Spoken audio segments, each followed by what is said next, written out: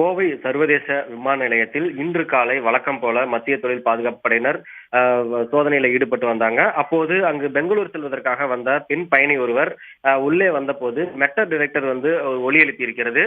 இதனால் சந்தேகமடைந்த பாதுகாப்பு படையினர் அந்த பெண்ணை நிறுத்தி அவரது உடைமைகளை சோதனை செய்தார்கள். அந்த சோதனையின் போது உள்ளே பாத்தீங்கன்னா 9 துப்பாக்கி தோட்டா இருந்தது தெரிய வந்தது. மேலும் அந்த பெண் பயணி கோவையை சேர்ந்த சரளா ராமகிருஷ்ணன் என்பதும் தெரிய வந்தது. இதையடுத்து உடனடியாக மத்திய தொழில் பாதுகாப்பு படையினர் பீளமேடு போலீசாருக்கு தகவல் அளித்தார்கள். இந்த தகவல் அடிப்படையில் அந்த பெண் பயணி சரளா ராமகிருஷ்ணன் கோவை பீளமேடு போலீஸ் காவல் நிலையத்திற்கு அழைத்து செல்லப்பட்டு அவரிடம் விசாரணை மேற்கொள்ளப்பட்டது.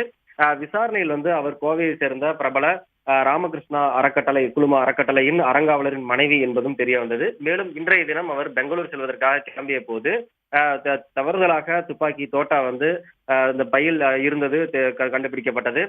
மேலும் அவரிடம் இருந்து அந்த துப்பாக்கி தோட்டா பறிமுதல் செய்யப்பட்ட நிலையில தொடர்ந்து அவரிடம் விசாரணையானது மேற்கொள்ளப்பட்டு வருகிறது. இந்த சம்பவம் தொடர்பாக அதாவது ஏற்கனவே இன்று காலை இந்த வழக்கமாக கோவை விமான நிலையத்திற்கு வந்த போது மெட்டல் டிடெக்டர் ஒலி எழுப்பியது. இதன் காரணமாகவே அவர் நிறுத்தப்பட்டு அவரது உடைமைகள் சோதனை செய்யப்பட்டது.